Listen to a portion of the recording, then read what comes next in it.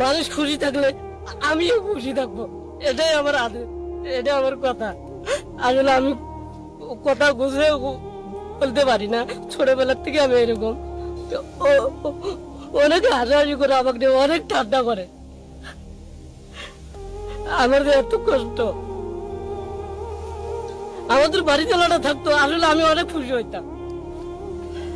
আমি এখন